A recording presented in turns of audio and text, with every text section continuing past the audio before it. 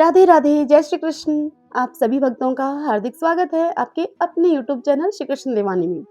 आज आप सुन रहे हैं माघ मास महात्म्य के 17वें दिन की कथा। आज की इस कथा से हम जानेंगे पतिव्रता स्त्रियों के लक्षण और सदाचार का वर्णन। तो आइए सर्वप्रथम प्रभु का स्मरण करते हुए आप सभी जन मेरे साथ बोलिए, श्री लक्ष्मी नारायण भगवान की जय। श्री राधा कृष्णाभ्याम नमो नमः। ओम नमो भगवते वासुदेवाय। वशिष्ठ मुनि राजा दिलीप से कहते हैं कि हे राजन, मैं सतियों के उत्तम व्रत का आपसे वर्णन करता हूँ, सुनो। पति कुरूप हो या फिर दुराचारी, अच्छे स्वभाव का हो या बुरे स्वभाव का, रोगी हो, पिशाच हो, क्रोधी हो, बूढ़ा हो या चालाक हो, अंधा हो या फिर बहरा हो, भयंकर स्वभाव वाला हो या फिर दरिद्र हो, कंजूस हो या फिर घृणित हो, कायर हो या धूर्त हो, अथवा परस्त्री लंपट ही क्यों न हो, सती साध्वी स्त्री के लिए वाणी, शरीर और क्रिया के द्वारा देवता की भांति वह पति पूजनीय है। स्त्री को कभी भी किसी प्रकार भी अपने स्वामी के साथ अनुचित बर्ताव नहीं करना चाहिए। स्त्री बालिका हो या फिर युवती अथवा वृद्धा ही क्यों ना हो, उसे अपने घर पर भी कोई काम स्वतंत्रता से नहीं करना चाहिए। अहंकार और काम क्रोध का सदा ही परित्याग करके केवल अपने पति का ही मनोरंजन करना उचित है, दूसरे पुरुष का नहीं। पर पुरुषों के काम भाव से देखने पर, उनके द्वारा प्रिय लगने वाले वचनों के द्वारा प्रलोभन में डालने पर भी, अथवा जन समूह में दूसरों के शरीर से छू जाने पर भी जिसके मन में कोई विकार नहीं होता, तथा जो पर पुरुष के द्वारा धन का लोभ दिखाकर लुभाई जाने पर भी मन, वाणी, शरीर और क्रिया से कभी भी पराये पुरुष का सेवन नहीं करती, वही स्त्री सती है। वह संपूर्ण लोगों की शोभा है। सती स्त्री दूत के मुख से प्रार्थना करने पर भी, बलपूर्वक पकड़ी जाने पर भी दूसरे पुरुष का सेवन नहीं करती, जो पराये पुरुषों के देखने पर भी स्वयं उनकी ओर नहीं देखती, हंसने पर उनके साथ नहीं हंसती और औरों के बोलने पर भी स्वयं उनसे नहीं बोलती, वह उत्तम लक्षणों वाली स्त्री साध्वी पतिव्रता है। रूप और यौवन से संपन्न तथा संगीत की कला में निपुण सती साध्वी स्त्री अपने ही जैसे योग्य पुरुष को देखकर भी कभी मन में विकार नहीं लाती, जो सुंदर, तरुण, रमणीय और कामनियों को भी प्रिय लगने वाले परपुरुष की, उन परपुरुष की भी कभी इच्छा नहीं करती, उसे महासती जानना चाहिए। पराये पुरुष, देवता, मनुष्य अथवा गंधर्व कोई भी क्यों न हो, वह सती स्त्री को कभी भी प्रिय नहीं होता। पत्नी को कभी भी ऐसा कार्य नहीं करना चाहिए जो पति को अप्रिय जान पड़े। जो पति के भोजन कर लेने पर भोजन करती हैं, उनके दुखी होने पर दुखित होती हैं, पति के आनंद में ही आनंद मानती हैं, उनके प्रदेश चले जाने पर मलिन वस्त्र को धारण करती हैं, पति के सो जाने पर सोती हैं और उनसे पहले ही जग जाती हैं, पति की मृत्यु हो जाने पर उनके शरीर के साथ ही चिता में जल जाती हैं और दूसरे पुरुष को कभी भी अपने मन में स्थान नहीं देती, उस स्त्री को पतिव्रता जानना चाहिए। पतिव्रता स्त्री को अपने सास ससुर तथा पति में विशेष भक्ति रखनी चाहिए। वह धर्म के कार्य में सदा ही पति के अनुकूल रहे, धन खर्च करने में संयम से काम ले, संभोग काल में संकोच न रखे और अपने शरीर को सदा ही पवित्र बनाए रखे। पति की मंगल कामना करे, उनसे सदा ही प्रिय वचन बोले, मांगलिक कार्य में संलग्न रहे, घर को सजाती रहे और घर की प्रत्येक वस्तु को प्रतिदिन साफ सुथरी रखने की चेष्टा करें। खेत से, वन से अथवा गांव से लौटकर जब पतिदेव घर पर आए तो उठकर उनका स्वागत करें, आसन और जल देकर उनका अभिनंदन करें, बर्तन और अन्न को साफ रखें, समय पर भोजन बनाकर दें और संयम से रहें, अनाज को छिपाकर रखें, घर को झाड़ बुहार कर स्वच्छ बनाए रखें। गुरुजन, पुत्र, मित्र, भाई बंधु, काम करने वाले सेवक, अपने आश्रम में रहने वाले भृत्य, दास, दासी, अतिथि, अभ्यागत, सन्यासी और ब्रह्मचारी लोगों को आसन और भोजन देने, सम्मान करने और प्रिय वचन बोलने में तत्पर रहे। मुख्य गृहिणी को सदा ही समय समय पर बताए गए इन व्यक्तियों की यथोचित सेवा के कार्य में दक्ष होना चाहिए। पति घर का खर्च चलाने के लिए अपनी पत्नी के हाथ में जो द्रव्य दे, जो पैसा दे, उससे घर की सारी आवश्यकता पूर्ण करके पत्नी अपनी बुद्धि के द्वारा उसमें से कुछ बचा भी ले। पति ने दान करने के लिए जो धन दिया हो, उसमें से लोभवश कुछ बचाकर न रखे। स्वामी की आज्ञा लिए बिना ही अपने बांधुओं को धन्य दे। दूसरे पुरुष से वार्तालाप, असंतोष, पराये कार्यों की चर्चा, अधिक हंसी, अधिक रोष, क्रोध उत्पन्न होने के अवसर का सर्वथा त्याग कर दे। पतिदेव जो पदार्थ न खाएं, ना पिए और न ही मुंह में डालें, वह सब पतिव्रता स्त्री को भी छोड़ देना चाहिए। स्वामी प्रदेश में हो तो स्त्री के लिए तेल लगाकर नहाना, शरीर में उपटन लगाना, दांतों में मंजन लगाकर धोना, केशों को संवारना, उत्तम पदार्थ भोजन करना, अधिक समय तक कहीं पर बैठना, नए नए वस्त्रों को पहनना और श्रृंगार करना निषिद्ध है। हे राजन, त्रेता से लेकर प्रत्येक युग में स्त्रियों को प्रतिमास ऋतु धर्म होता है। उस समय पहले दिन चांडाल जाति की स्त्री के समान पत्नी का स्पर्श वर्जित है। दूसरे दिन वह ब्राह्मण की हत्या करने वाली स्त्री के तुल्य अपवित्र मानी गई है। तीसरे दिन उसे धोबिन के तुल्य बताया गया है। चौथे दिन स्नान करके वह शुद्ध होती है। रजस्वला स्त्री स्नान, शौच, जल से होने वाली शुद्धि, गाना, रोना, हंसना, यात्रा करना, अंग राग लगाना तथा उपटन लगाना, दिन में सोना, दातुन करना, मन या वाणी के द्वारा भी मथुन करना तथा देवताओं का पूजन और नमस्कार करना छोड़ दे। पुरुषों को भी चाहिए कि वह रजस्वला स्त्री से स्पर्श और वार्तालाप न करें और पूर्ण प्रयत्न करके उसके वस्त्रों का भी संयोग न होने दें। हरि ओम तत्सत। ओम नमो नारायण। ओम नमो नारायण। इससे आगे की कथा कल हम अगले अध्याय में सुनेंगे। इस दूसरी कथा में हम वैश्य करकल और उसकी पत्नी शुक्ला की कथा सुन रहे थे, जिसमें आप सबने सुना था कि जब वैश्य करकल तीर्थ यात्रा के प्रसंग से अपनी पत्नी को बिना बताए ही तीर्थ पर चला गया, तब उसकी पत्नी शुक्ला बड़ी ही विवल हो रही थी। तब उस शुक्ला की कुछ सखियां उसको आकर समझाने लगी। तब शुक्ला उनको ज्ञान देती हुई कुछ ज्ञानवर्धक बातें कहने लगी। शुक्ला कहने लगी कि पति ही स्त्री का स्वामी, पति ही गुरु, पति ही देवताओं के सहित उसका इष्ट देव और पति ही तीर्थ एवं पुण्य है। पति के बाहर चले जाने पर यदि स्त्री श्रृंगार करती है तो उसका रूप, वर्ण सब कुछ भार रूप हो जाता है। पृथ्वी पर लोग उसको देखकर कहते हैं कि यह स्त्री निश्चय ही व्यभिचारिणी है। इसलिए किसी भी पत्नी को अपने सनातन धर्म का त्याग नहीं करना चाहिए। अब इससे आगे की कथा आज सुनेंगे। शुक्ला अपनी सखियों से कहती है कि हे सखियों, इस विषय में एक पुराना इतिहास सुना जाता है। इसमें रानी सुदेवा के पाप नाशक एवं पवित्र चरित्र का वर्णन है। यह सुनकर शुक्ला से उसकी सखियों ने पूछा कि हे महाभागे, ये रानी सुदेवा कौन थी? उनका आचार विचार कैसा था? यह हमें बताओ। तब शुक्ला उनसे बोली कि सखियों, पहले की बात है, अयोध्यापुरी में मनुपुत्र महाराज इक्ष्वाकु राज्य करते थे। वे धर्म के तत्वज्ञ, परम सौभाग्यशाली, सब धर्मों के अनुष्ठान में रत, सर्वज्ञ और देवता तथा ब्राह्मणों के पुजारी थे। काशी के राजा वीरवर महात्मा देवराज की सदाचार प्रायणा कन्या सुदेवा के साथ उन्होंने विवाह किया था। सुदेवा सत्यव्रत के पालन में तत्पर रहती थी। पुण्य आत्मा राजा इक्ष्वाकु उनके साथ अनेक प्रकार के उत्तम पुण्य और यज्ञ किया करते थे। एक दिन महाराज अपनी रानी के साथ गंगा के तटवर्ती वन में गए और वहां पर शिकार खेलने लगे। उन्होंने बहुत से सिंहों और शुकरों को मारा। वे राजा शिकार में ही लगे हुए थे कि इतने में ही उनके सामने एक बहुत बड़ा सुअर आ निकला। उसके साथ झुंड के झुंड सुअर थे।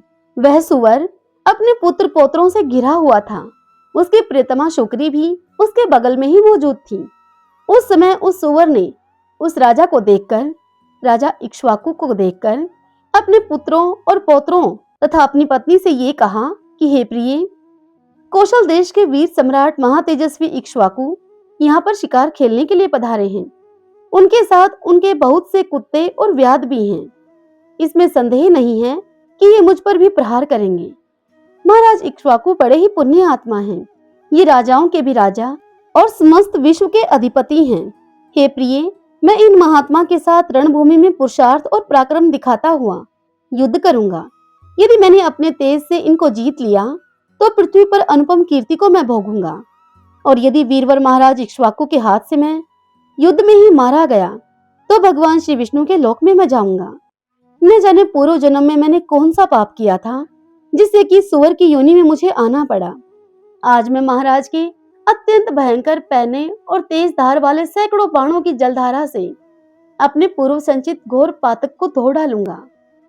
तुम मेरा मोह छोड़ दो और इन पुत्र पौत्रों तथा श्रेष्ठ कन्याओं को और बाल वृद्ध के सहित समूचे कुटुंब को साथ में लेकर पर्वत की कंदरा में तुम चली जाओ। इस समय मेरा स्नेह त्याग कर तुम इन बालकों की रक्षा करो। सुअर की इस बात को सुनकर वह शुक्री बोली। उसकी पत्नी ने कहा कि नाथ, मेरे बच्चे तुम्हारे ही बल से पर्वत पर गर्जना करते हुए विचरते हैं। तुम्हारे तेज से ही निर्भय होकर यहाँ कोमल मूल फलों का आहार करते हैं। हे महाभाग, बीहड़ वन में, झाड़ियों में, पर्वतों पर और गुफाओं में तथा यहाँ भी जो ये सिंहों और मनुष्यों के तिरु भय की परवाह नहीं करते, उसका कारण यही है कि ये तुम्हारे तेज से सुरक्षित हैं। तुम्हारे त्याग देने पर मेरे ये सभी बच्चे दीन, असहाय और अचेत हो जाएंगे। तुमसे अलग रहने में मेरी भी शोभा नहीं है। उत्तम सोने के बने हुए दिव्य आभूषणों, रत्नमय उपकरणों तथा सुंदर वस्त्रों से विभूषित होकर और माता पिता, भाई, सास, ससुर और अन्य संबंधियों से आदर पाकर भी पतिहीन स्त्री शोभा नहीं पाती है। जैसे आचार के बिना मनुष्य, ज्ञान के बिना सन्यासी और गुप्त मंत्रणा के बिना राज्य की शोभा नहीं होती, ठीक उसी प्रकार से तुम्हारे बिना इस यूथ की, इस कुटुंब की शोभा नहीं हो सकती। हे प्रिय, हे प्राणेश्वर, तुम्हारे बिना मैं अपने प्राण नहीं रख सकती। हे महामते, यह मैं सच कहती हूँ। तुम्हारे साथ यदि मुझे नरक में भी निवास करना पड़े तो मैं उसे सहस्र स्वीकार कर लूंगी। हे यूथपते, हम दोनों ही अपने पुत्र पौत्रों के सहित उस उत्तम यूथ को लेकर किसी पर्वत की दुर्गम कंदरा में घुस जाएं। यही अच्छा है। तुम जीवन की आशा को छोड़कर मरने के लिए जा रहे हो। बताओ तो मुझे, इसमें तुम्हें क्या लाभ दिखाई देता है? सूरी की इस बात को सुनकर वह सुअर कहने लगा कि हे प्रिय, तुम वीरों के उत्तम धर्म को नहीं जानती हो। सुनो, इस समय मैं तुम्हें वही बताता हूँ। यदि योद्धा अपने शत्रु के प्रार्थना करने या उसके ललकारने पर भी काम, लोभ, भय अथवा मोह के कारण उसे युद्ध का अवसर नहीं देता, वह 1000 युगों तक कुंभीपाक नामक नरक में निवास करता है।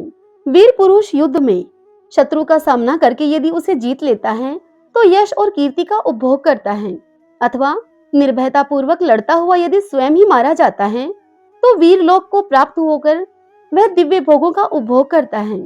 हे प्रिय, 20,000 वर्षों तक वह इस सुख का अनुभव करता है। मनुपुत्र राजा इक्ष्वाकु यहाँ पधारे हैं, जो कि स्वयं बड़े वीर हैं। ये मुझसे युद्ध चाहें तो मुझे अवश्य ही इन्हें युद्ध का अवसर देना चाहिए। हे शुभे, महाराज युद्ध के अतिथि होकर आए हैं और अतिथि सनातन श्री विष्णु का स्वरूप होता है। अतः युद्ध रूप से इनका सत्कार करना मेरा आवश्यक कर्तव्य है। यह सुनकर शुक्री बोली कि हे प्राणनाथ, यदि आप महात्मा राजा को युद्ध का अवसर प्रदान करेंगे तो मैं भी आपके साथ रहकर आपका पराक्रम देखूंगी। यूं कहकर शुक्री ने तुरंत ही अपने प्यारे पुत्रों को बुलाया और उनसे कहा कि बच्चों, तुम मेरी बात सुनो। युद्ध भूमि में सनातन विष्णु रूप अतिथि पधारे हैं। उनके सत्कार के लिए मेरे स्वामी जाएंगे। इनके साथ मुझे भी वहां पर जाना चाहिए। तुम्हारी रक्षा करने वाले प्राणनाथ जब तक यहाँ पर उपस्थित हैं, तभी तक तुम दूर पर्वत की किसी दुर्गम कंदरा में चले जाओ। हे पुत्रों, मनुपुत्र इक्ष्वाकु बड़े बलवान और दुर्दमनीय राजा हैं। ये हम लोगों के लिए काल स्वरूप हैं। सबका संहार कर डालेंगे ये। अतः तुम इनसे दूर भाग जाओ। यह सुनकर उस शुक्री के पुत्रों ने कहा अपनी माता से कि हे माता, जो माता पिता को संकट में छोड़कर जाता है वह तो पाप आत्मा है। उसे महारौद्र एवं अत्यंत घोर नरक में गिरना पड़ता है। यह उसके लिए अनिवार्य गति है। जो निर्दयी अपनी माता के पवित्र दूध को पीकर परिपुष्ट होता है और माँ बाप को विपत्ति में छोड़कर चल देता है, वह कीड़ों और दुर्गंध से परिपूर्ण नरक में पड़कर सदा ही पीप का भोजन करता है।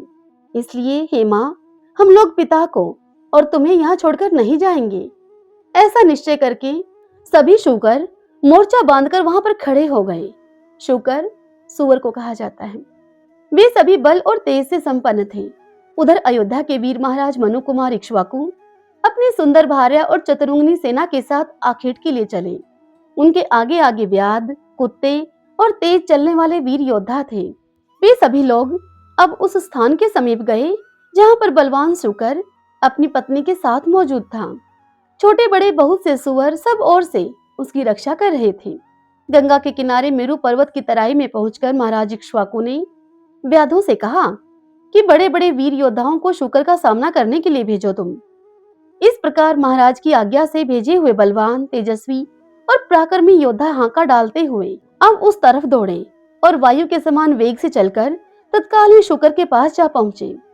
वनचारी व्याध अपने तीखे बाणों और चमचमाते हुए नाना प्रकार के अस्त्र शस्त्रों से वीरों का नाना बांधकर खड़े हुए और उस वराह को बींधने लगे।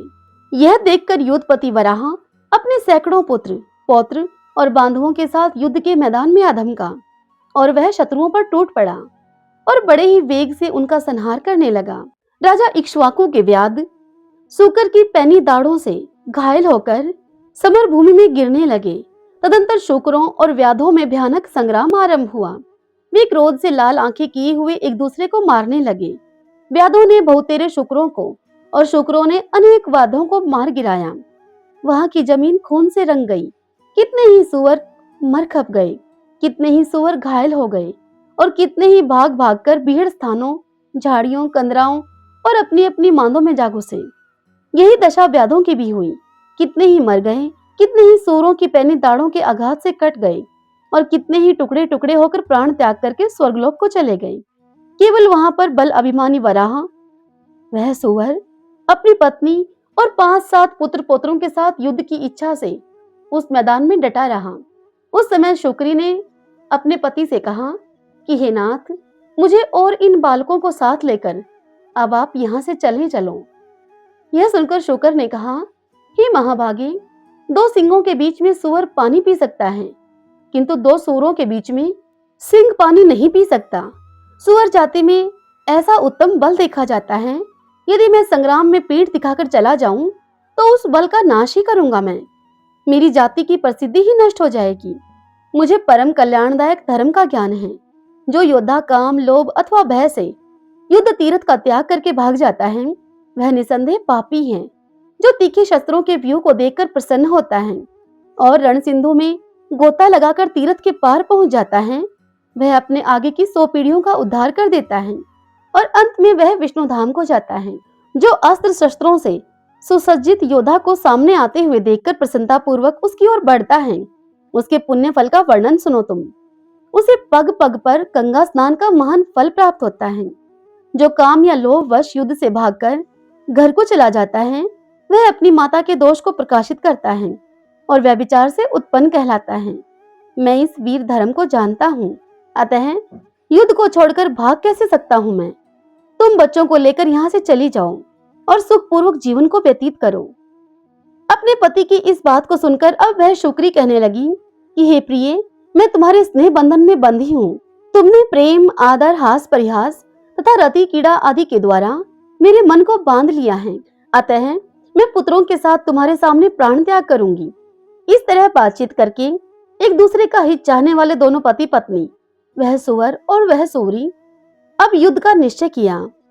कौशल सम्राट इक्ष्वाकु ने देखा कि वर्षा के समय आकाश में मेघ जिस प्रकार बिजली के चमक के साथ गरजते हैं, ठीक उसी प्रकार अपनी पत्नी के साथ शुकर भी गर्जना करता है और अपने खुरों के अग्रभाग से मानो महाराज को युद्ध के लिए वह ललकार रहा है। अपनी दूरदर्श सेना को उस दूरदर्श वराह के द्वारा परास्त होते देखकर राजा इक्ष्वाकु को अब बड़ा ही क्रोध आया।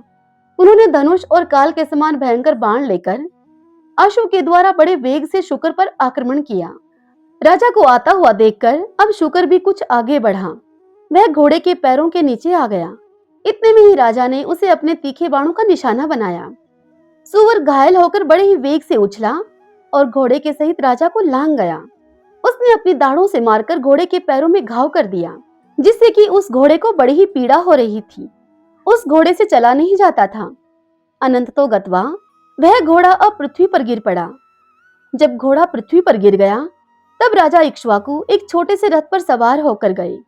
युद्धपति सुअर अपनी जाति के स्वभाव के अनुसार रणभूमि में भयंकर गर्जना कर रहा था। इतने में ही कौशल सम्राट इक्ष्वाकु ने उसके ऊपर गदा से प्रहार किया। गदा का आघात पाकर उसने अपना शरीर त्याग दिया और भगवान श्री विष्णु के श्रेष्ठ धाम में प्रवेश किया।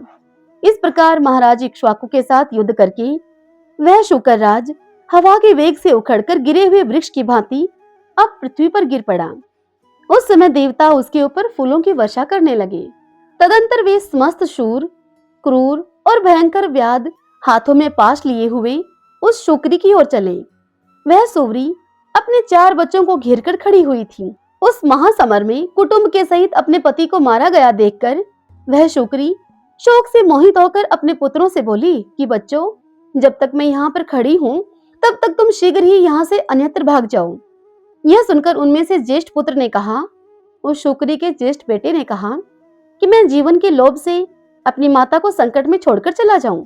यह कैसे हो सकता है माँ? यदि मैं ऐसा करूं तो मेरे जीवन को धिक्कार है। मैं अपने पिता के वैर का बदला लूंगा। युद्ध में शत्रु को मैं परास्त करूंगा। तुम मेरे तीनों छोटे भाइयों को लेकर पर्वत की कंदरा में चली जाओ।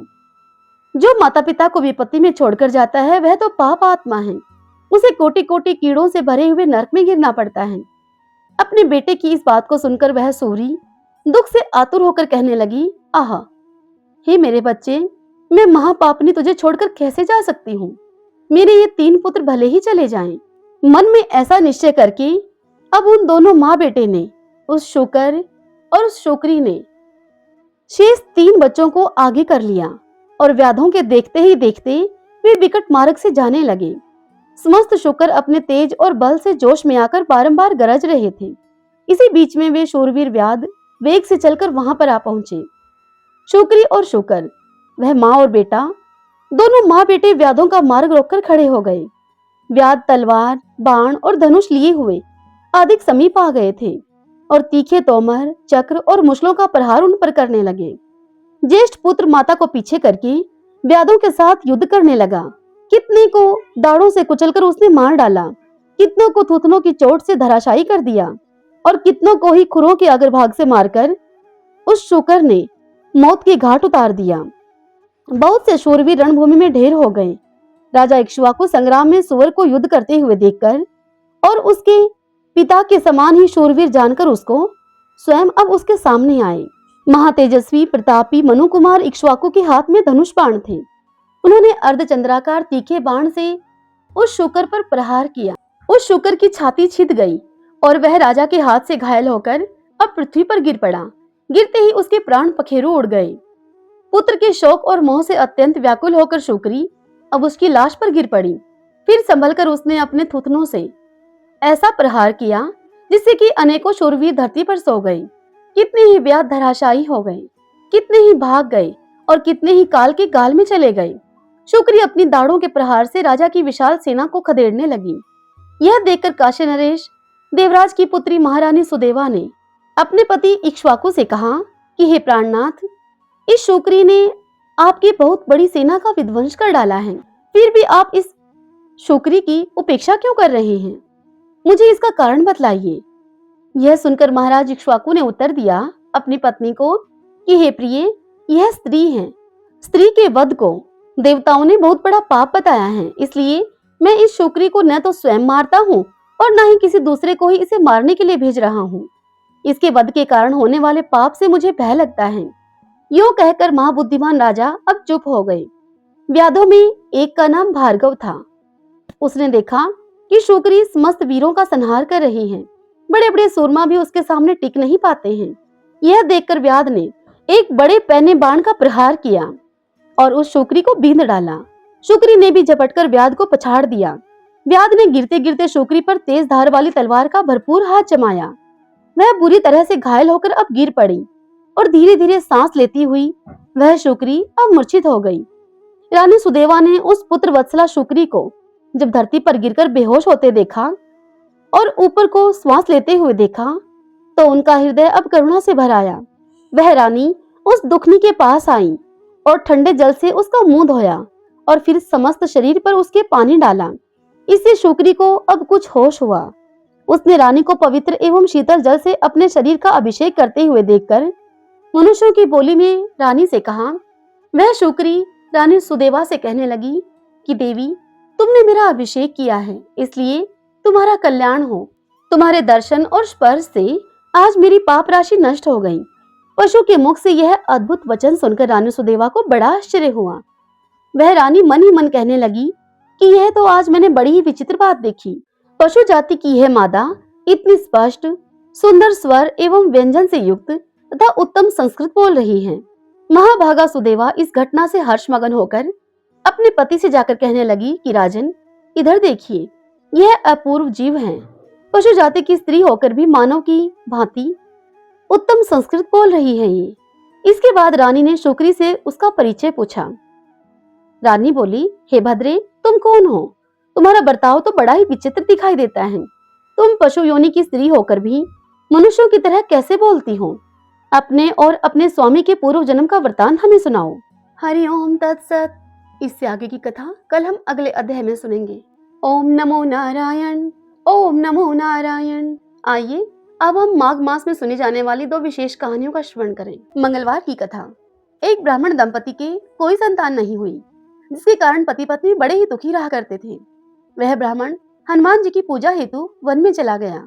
वह पूजा के साथ महावीर जी से एक पुत्र की कामना प्रकट किया करता था और उसकी पत्नी घर पर रहकर मंगलवार का व्रत पुत्र की प्राप्ति के लिए किया करती थी। मंगल के दिन व्रत का भोजन बनाकर हनुमान जी को भोग लगाने के बाद वह स्वयं भोजन ग्रहण करती थी। एक बार कोई व्रत आ गया जिसके कारण वह ब्राह्मणी भोजन न बना सकी। तब हनुमान जी का भोग भी उसने नहीं लगाया। वह अपने मन में ऐसा प्रण करके अब सो गई कि अब अगले मंगलवार को हनुमान जी को भोग लगाकर तभी मैं भोजन ग्रहण करूंगी। अब भूखी प्यासी 6 दिन तक वह ऐसे ही पड़ी रही। अब मंगलवार आया तो उसे मूर्छा ही आ गई। तब हनुमान जी उसकी लगन और निष्ठा को देखकर उस पर बड़े प्रसन्न हुए। उन्होंने उसे दर्शन दिए और उससे कहा कि मैं तुमसे अति ही प्रसन्न हूँ। मैं तुमको एक सुंदर बालक देता हूँ जो तुम्हारी बहुत सेवा किया करेगा। अब हनुमान जी मंगल को बाल रूप में उसको दर्शन देकर अंतर्ध्यान हो गए। सुंदर बालक को पाकर ब्राह्मणी अत्यधिक प्रसन्न हुई। ब्राह्मणी ने बालक का नाम मंगल रखा। कुछ समय के बाद ब्राह्मण अब वन से लौटकर वापस आ गया। प्रसन्नचित्त सुंदर बालक को घर में क्रीड़ा करते हुए देखकर वह ब्राह्मण अपनी पत्नी से बोला कि हे भाग्यवान, यह बालक कौन है? तब उसकी पत्नी ने कहा कि मंगलवार के व्रत से प्रसन्न होकर हनुमान जी ने दर्शन देकर उसे वह बालक दिया है। अपनी पत्नी की इस बात को छल से भरी हुई जानकर उस ब्राह्मण ने सोचा कि यह कुलटा व्यभिचारिणी अपनी कलुषता को छिपाने के लिए ऐसी बातें बना रही है। एक दिन उसका पति कुएं पर पानी भरने के लिए चला तो उसकी पत्नी ने कहा, वह ब्राह्मणी बोली कि आप मंगल को भी अपने साथ लेकर जाओ। अब वह ब्राह्मण मंगल को साथ में ले गया और उसको कुएं में डालकर पानी भरकर अपने घर को वापस आ गया। तो उस ब्राह्मणी ने पूछा अपने पति से कि मंगल कहाँ है? ब्राह्मणी अपने पति से ऐसा पूछ ही रही थी कि ब्राह्मणी ने देखा कि मंगल पीछे पीछे आ रहा है। जब ब्राह्मण ने पीछे मुड़ के देखा तो ब्राह्मण बड़ा ही आश्चर्यचकित हुआ। अब रात हुई तो रात्रि के समय ब्राह्मण को हनुमान जी ने स्वप्न में कहा कि यह बालक मैंने तुम्हारी पत्नी को दिया है। तुम अपनी पत्नी को उल्टा क्यों कहते हो? मैंने उसको यह बालक उसकी भक्ति से प्रसन्न होकर दिया है। ब्राह्मण ने हनुमान जी की बात को सुना तब ब्राह्मण बड़ा ही हर्षित हुआ। उसके बाद ब्राह्मण और उसकी पत्नी मंगल का व्रत रखकर अपना जीवन आनंद पूर्वक व्यतीत करने लगे। जो भी मनुष्य मंगलवार व्रत कथा को पढ़ता है अथवा सुनता है और नियम से व्रत रखता है, हनुमान जी की कृपा से उसके सभी कष्ट दूर होकर सर्व सुखों की प्राप्ति होती है। बोलिए हनुमान जी महाराज की जय। मंगलवार व्रत की इन दोनों कथाओं को सुनना चाहिए। एक बुढ़िया थी, वह मंगल देवता को अपना इष्ट देवता मानकर सदैव ही मंगलवार का व्रत किया करती थी और मंगल देव का पूजन किया करती थी। उसके पुत्र का जन्म भी मंगलवार को हुआ था। इस कारण से वह बुढ़िया माई उसे मंगलिया के नाम से पुकारा करती थी। मंगलवार के दिन वह बुढ़िया माई ना तो घर को लीपती और ना ही पृथ्वी को खोदा करती। एक दिन मंगल देवता उसकी श्रद्धा की परीक्षा लेने के लिए उसके द्वार पर एक साधु का रूप बनाकर आए और द्वार पर आकर आवाज दी। बुढ़िया माई ने कहा कि महाराज क्या आज्ञा है? तब साधु कहने लगा कि बुढ़िया माई, मैं बहुत भूखा हूँ, मुझे भूख लगी है, मुझे भोजन बनाना है, इसके लिए तू थोड़ी सी पृथ्वी को लीप दे तो तुझे बड़ा धर्म होगा। यह सुनकर वह बुढ़िया माई बोली कि महाराज, आज मैं मंगलवार की व्रती हूँ, इसलिए मैं चौका नहीं लगा सकती। आप कहो तो जल का छिड़काव कर देती हूँ पृथ्वी पर, उस पर आप भोजन बना लेना। यह सुनकर वह साधु बोला, माई, मैं गोबर से लिपे हुए चौके पर ही खाना बनाता हूँ। तब वह बुढ़िया माई बोली कि पृथ्वी लिपने के सिवाय और कोई सेवा हो तो कहिए महाराज, मैं सब कुछ करने के लिए तैयार हूँ। तब उस साधु ने कहा, सोच समझ कर उत्तर दो बुढ़िया माई, जो कुछ भी मैं कहूँ क्या तुम वह करोगी? तब बुढ़िया माई बोली कि हाँ महाराज, क्यों नहीं करूंगी। पृथ्वी लिपने के अलावा जो भी आप आज्ञा करेंगे उसका मैं पालन अवश्य ही करूंगी। बुढ़िया माई ने ऐसा 3 बार बोलकर उस साधु को वचन दे दिया। अब साधु कहने लगा कि तू अपने लड़के को बुलाकर उसको औंधा लिटा दे, मैं उसकी पीठ पर भोजन बनाऊंगा। साधु की इस बात को सुनकर बुढ़िया माई अब चुप हो गई। उसके पैरों के नीचे से जमीन निकल गई। तब साधु ने कहा, बुला अपने लड़के को, अब सोच विचार क्यों करती है, तूने मुझे वचन दिया है। अब बुढ़िया माई बड़ी ही असमंजस में थी, किंतु उसने वचन दिया है तो वचन तो उसे पूरा करना ही था। बुढ़िया माई मंगलिया मंगलिया कहकर इस प्रकार 3 बार पुकारने लगी। थोड़ी ही देर बाद उसका लड़का आ गया। जैसे ही उसने अपनी माँ की आवाज सुनी, जब वो लड़का आया तो बुढ़िया माई उससे बोली, जा बेटे, तुझको बाबा जी बुला रहे हैं। अब लड़के ने बाबा जी से जाकर पूछा, क्या आज्ञा है बाबा जी? तब वह साधु महाराज बोले कि जाओ बेटा, अपनी माता जी को यहाँ पर बुला कर ले आओ। अब बुढ़िया माई साधु के पास आ गई। तब साधु ने कहा कि तू ही इसको लेटा दे। बुढ़िया ने मंगल देवता का स्मरण करते हुए अपने बेटे को वहां औंधा लिटा दिया और उसकी पीठ पर अंगीठी रख दी और फिर साधु महाराज से कहने लगी कि हे साधु महाराज, अब जो कुछ आपको करना है कर लीजिए, मैं जाकर अपना काम कर लेती हूँ। बुढ़िया माई मन ही मन बड़ा दुखी थी और वह हनुमान जी महाराज को मन ही मन बड़ा पुकार रही थी। अब साधु ने लड़के की पीठ पर रखी हुई अंगीठी में आग लगाई और उस पर अपना भोजन बनाया। जब भोजन बन गया तो साधु ने बुढ़िया से कहा आवाज लगाकर कि अब अपने लड़के को बुलाओ, वह भी आकर भोग ले जाए। यह सुनकर बुढ़िया माई कहने लगी, साधु महाराज, यह कैसे आश्चर्य की बात है, अब वह कैसे आ सकता है? उसी की पीठ पर रखी हुई अंगीठी में आग जलाकर तो आपने भोजन बनाया है और अब आप उसी को प्रसाद के लिए बुलाते हैं। यह कैसे संभव है कि आप अब भी उसको जीवित समझते हैं? आप कृपा करके उसका स्मरण भी मुझको मत करवाइए और भोग लगाकर जहां आपको जाना हो वहां जाइए। साधु के अत्यंत आग्रह करने पर अब बुढ़िया माई ने जो ही मंगलिया कहकर आवाज लगाई तो ही एक ओर से दौड़ता हुआ उसका बेटा मंगल आ गया। साधु ने लड़के को प्रसाद दिया और कहा कि बुढ़िया माई, तेरा व्रत सफल हो गया है, तेरे हृदय में दया है और अपने इष्ट देव में अटल श्रद्धा भी है, इसके कारण तुझको कभी कोई कष्ट नहीं पहुंचेगा। बोलिए हनुमान जी महाराज की जय। एक ब्राह्मण ब्राह्मणी थे। वे साथ रोज गंगा जमुना नहाने के लिए जाया करते थे। ब्राह्मणी बहुत थक जाती थी जब वह घर लौटती थी। एक दिन ब्राह्मण से वह कहने लगी कि अगर कोई हमारे बेटा होता तो अब हमारे घर में बहू आ जाती। जब मैं गंगा स्नान करके घर लौटती तो मुझे खाना बना बनाया मिलता, कपड़े धुले हुए मिलते। यह सुनकर वह ब्राह्मण बोला कि तूने तो बहुत बड़ी बात कह दी, ला मैं तेरे लिए बहू ला देता हूँ। तू ऐसा कर, एक पोटली में आटा बांध दे और उस पोटली में थोड़ी सी मोहर अशरफी भी डाल देना। यह सुनकर ब्राह्मणी ने उठकर पोटली में थोड़ा सा आटा भर दिया और उसमें कुछ अशरफियां भी डाल दी। ब्राह्मण उस पोटली को लेकर अब घर से चल दिया।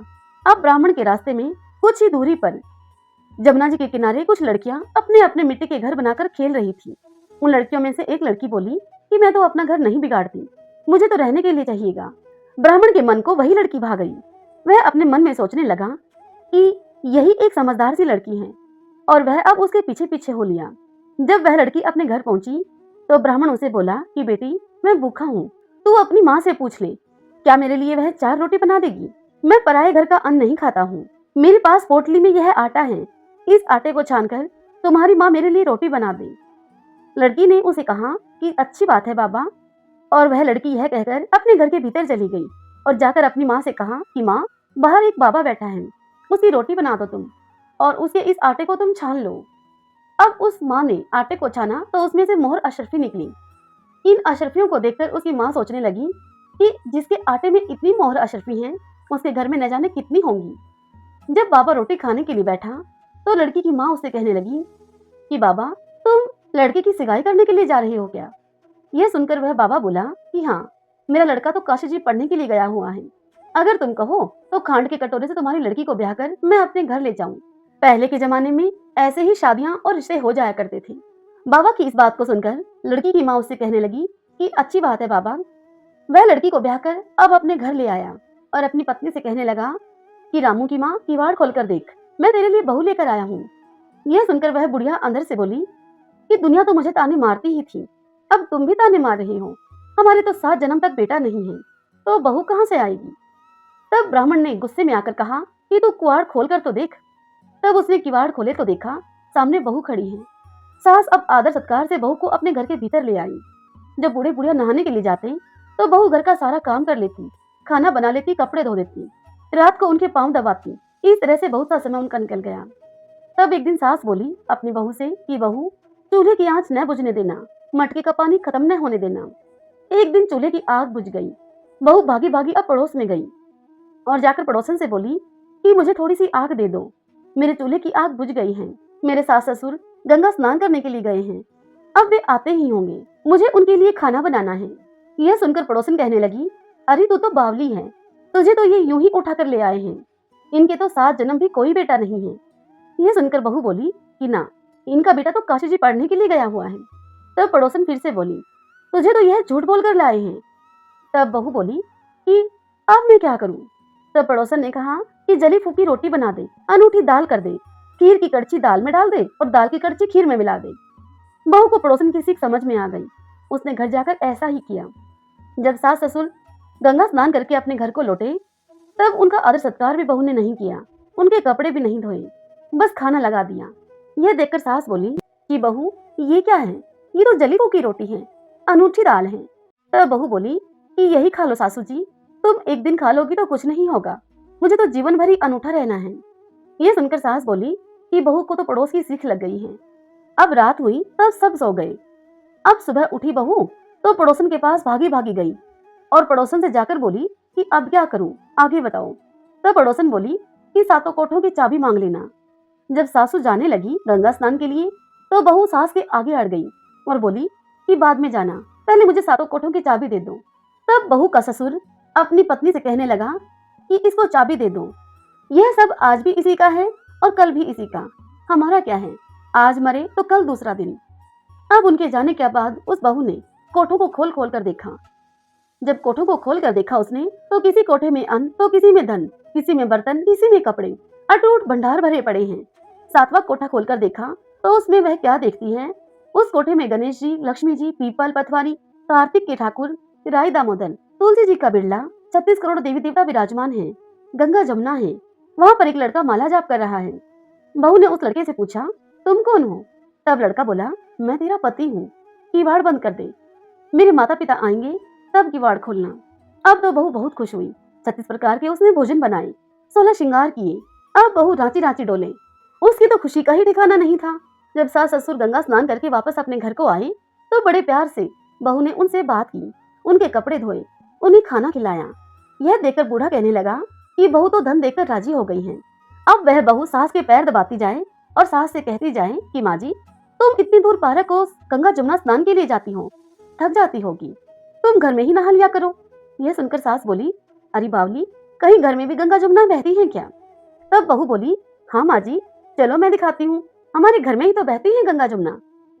और अब बहू ने अपनी सास को 7वां कोठा खोलकर दिखाया।